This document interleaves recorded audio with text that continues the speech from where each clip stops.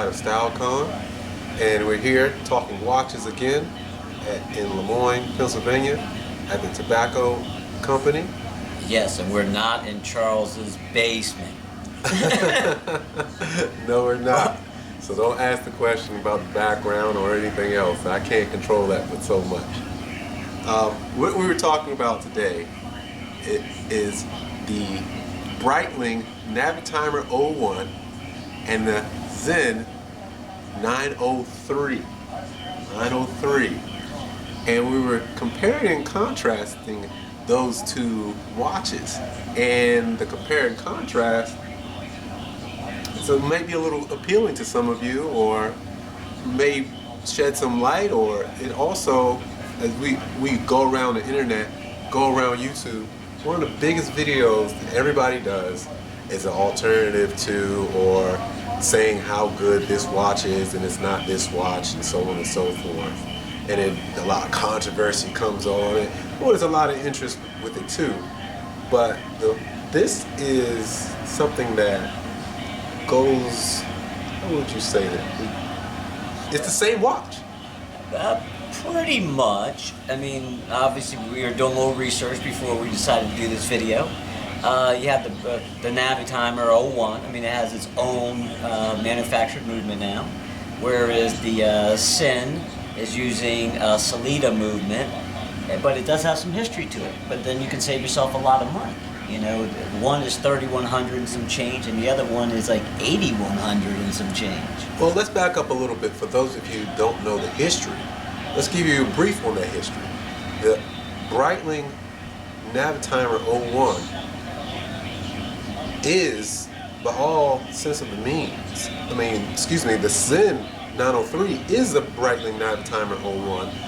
This is not a homage watch. This is not a replica.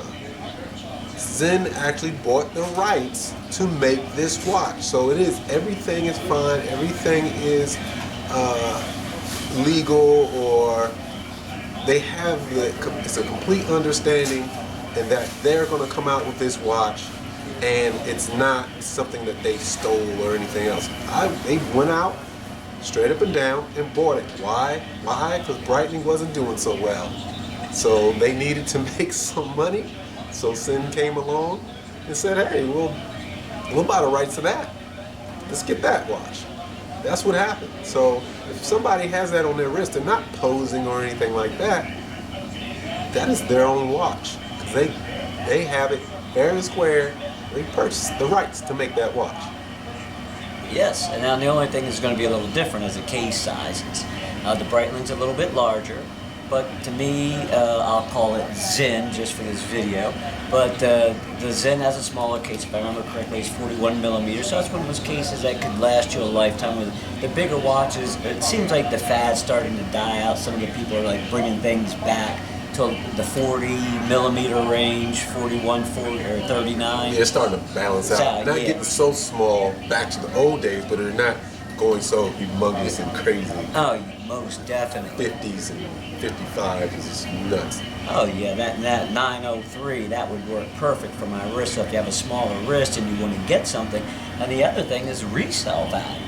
I mean, believe this or not, the Sinn has a better resale value than the Breitling Navitimer. Now the Sinn is 31 and some change new, but I checked them out on eBay before we did this video, and they're selling in the high twos.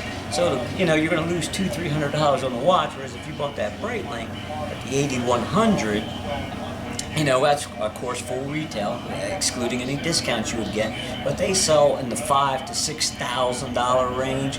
So right there, you just lost $3,000. $2,000 to $3,000. Or you can buy that Sinn, save the extra money, and then use that towards another purchase. Absolutely. And then, like we talked about before, not spreading yourself so thin. Maybe instead of buying two watches, now you have a place that deserves, you have the money to go to a place that deserves that watch. Meaning, you can go to a nice vacation or a nice dinner for a while, go to a show on a higher level that you should be going to, or wearing a nice clothes. You're gonna be wearing a t-shirt and some sneakers instead of a nice suit, instead of buying that Breitling. Now, if you have the money, by all means, go for it. I'm not telling you don't buy that Breitling. I love Breitling. Breitling is one of my favorite brands. But if it comes down to it, you're actually not selling yourself short by buying that Sinn 903. No, definitely not. You're going to get a watch with some history. You know, it's not a poser watch. Obviously, Breitling at the time was broke, busted, and disgusted. They needed the money. They sold the designs. Obviously, they tried to buy them back from Sinn, but Sinn said, no, we're going to keep it. And they've run with it ever since then. And needless to say, smart move. It's a respectable watch. You know, it has a decent movement that should be able to get fixed by anybody. It's not going to be like what people are worried about parts becoming proprietary. With that Navitimer, the BO1 movement they're using it's Breitling's own movement, so if they decide to play hardball with parts, if you ever need to get it fixed, it might cost you more money. So you could save money from the initial purchase.